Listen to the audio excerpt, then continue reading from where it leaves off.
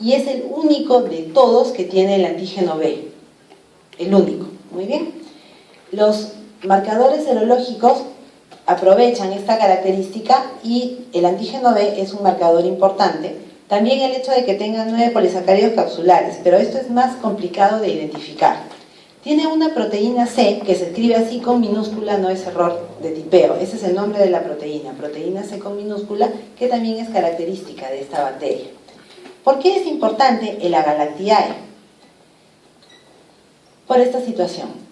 Las señoras gestantes son portadoras de esta bacteria, ¿sí? Esta bacteria suele evadir a los anticuerpos protectores porque tiene una cápsula antifagocítica.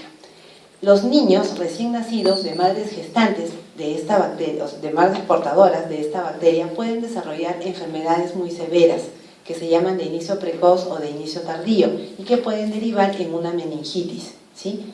Es importante que recuerden que los niños, los recién nacidos, se pueden contaminar en el canal del parto en los primeros meses y en el útero. Esto es lo importante del Agalactiae, que es una causa que ha ido ganando terreno en cuanto a agente causal de meningitis en recién nacidos, ¿sí? Y es por esto las madres gestantes tienen una gran cantidad de bacterias, de estas bacterias en el organismo y se la pueden transmitir al niño. La enfermedad que produce el Streptococcus agalactiae es de 3 tipos. Se puede llamar la enfermedad de inicio precoz o la enfermedad neonatal de inicio tardío. En ambas, el cuadro más importante o más severo es la aparición de una meningitis, ¿sí? Que puede dejar en 1/3 de los pacientes una secuela grave.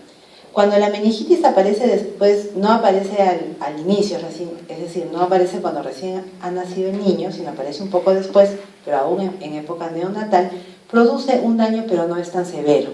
En todo caso, recuerden, el Agalactiae es importante como agente causal de meningitis en los recién nacidos, ¿sí? Esa es su importancia. Y también lo trascendental de sospechar de él o pensar de él para identificar. Las madres gestantes son portadoras y tienen esta bacteria en el tracto urinario, y otras personas que pueden tener las infecciones o otras infecciones que se pueden producir no tanto en gestantes son la bacteriemia, neumonía, infección articular e infección ósea, en el caso de la Agalactiae. El cultivo siempre es de 24 horas y se va a ver lo que hemos observado en la primera lámina de este microorganismo, unas zonas de beta hemólisis alrededor de la colonia. ¿Cómo se identifica? Como el carbohidrato de pared. ¿Carbohidrato de qué grupo? Es el portador del carbohidrato ¿de qué grupo? A, B, D, C, D. B, el único que tiene el carbohidrato de tipo B. Muy bien. Ya. Ven, en la Agalactiae no es tan complicado, pero tienen que recordar. El Streptococcus pneumoniae sí es más conocido. Tiene una disposición de diplococo, es decir, en pares, que simulan una lanceta. Una lanceta es esas, como si fuera una lancetita de bisturí, esas agujitas de bisturí con esa forma. Esa también es una definición de texto, de libro. Es difícil verlo así, pero esa es la característica morfológica que tiene. Su principal componente de virulencia es la cápsula y tiene el polisacárido C, que está expuesto. Perdón, el polisacárido C es una porción del ácido teicoico que va hacia el exterior, mientras que el antígeno F, también parte del ácido teicoico, va unido a los lípidos de la membrana celular. Tiene una fosforicolina que es única en este tipo de bacterias y que lo ayuda a hidrolizar las células. Esa es su función. Muy bien. ¿Dónde está el Streptococcus pneumoniae? En vías respiratorias, en faríngenas o faringes de personas sanas. Las personas, al igual que en el estreptococo piógenes, se colonizan por cepas nuevas, ¿no es cierto? Por cepas nuevas, con una mayor incidencia, ¿cuándo? En el en el invierno. ¿Por qué? ¿Qué favorece la transmisión por vía respiratoria?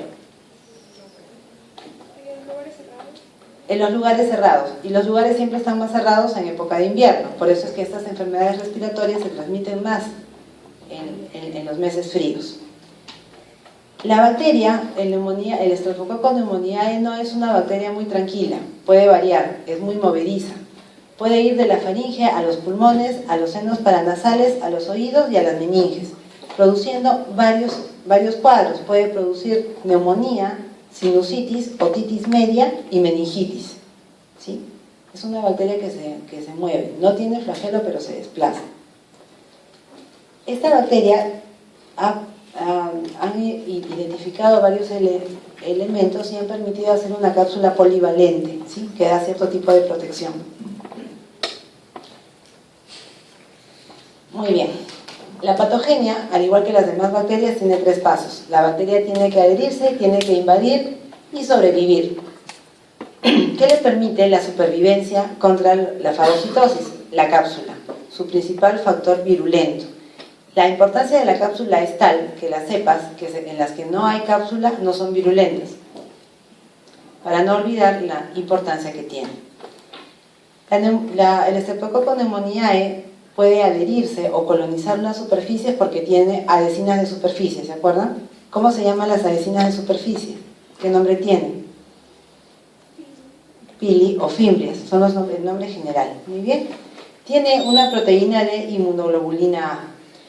Esta proteasa de inmunoglobulina A se une a esta inmunoglobulina y lo que hacen cuando están juntas es anular la acción ciliar. ¿Cuál es la función de los cilios en el tracto respiratorio? ¿Perdón? Atrapar y... ¿No tienen una función como de escoba? ¿No es cierto? Eliminan todo lo negativo. En cambio, cuando la proteasa de la inmunoglobulina A se une a la inmunoglobulina A, anula esta función. Entonces no hay cilio que funcione. Muy bien, produce una sustancia que es la neumolicina, y esta neumolicina se une con el colesterol que está presente en algunas células, ¿no es cierto? Y lo que hace es producir poros. Si se forman poros, la estructura celular se daña y la bacteria puede colonizar. Muy bien. El daño tisular ocurre cuando interactúan juntos el ácido teicoico, peptidoglucanos y la neumolicina. La unión de estos 3 lo que va a producir es una reacción inflamatoria. ¿Y esta reacción inflamatoria qué hace? Llama a las células al lugar en donde está la bacteria y se produce un foco infeccioso, le dan a la bacteria un lugar para que crezca.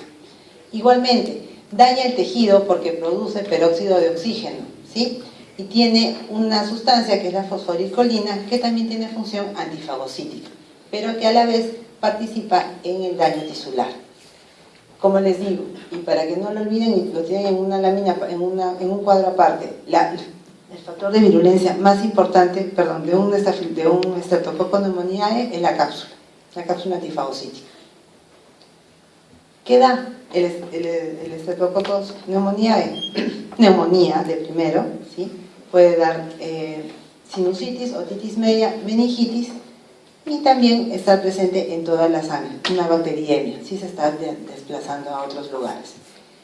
El Streptococcus pneumoniae no da tantos cuadros en otros órganos que no tengan que ver con las vías respiratorias o que estén cerca de esa zona, sí, que estén cerca de la faringe y de la bucofaringe.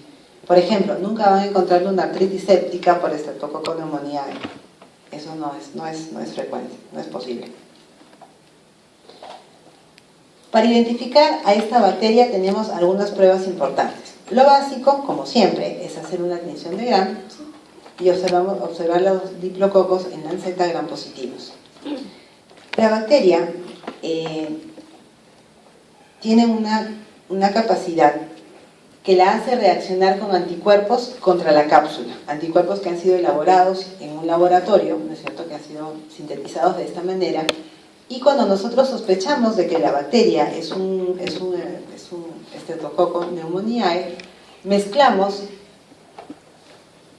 este frotis con una mezcla de anticuerpos anticapsulares. ¿Qué es lo que vamos a ver?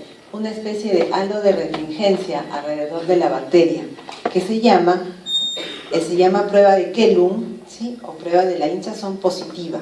Esto nos confirma la presencia del neumococo en la muestra, ¿sí? Las demás bacterias no tienen esta capacidad. El Streptococcus pneumoniae sí la tiene.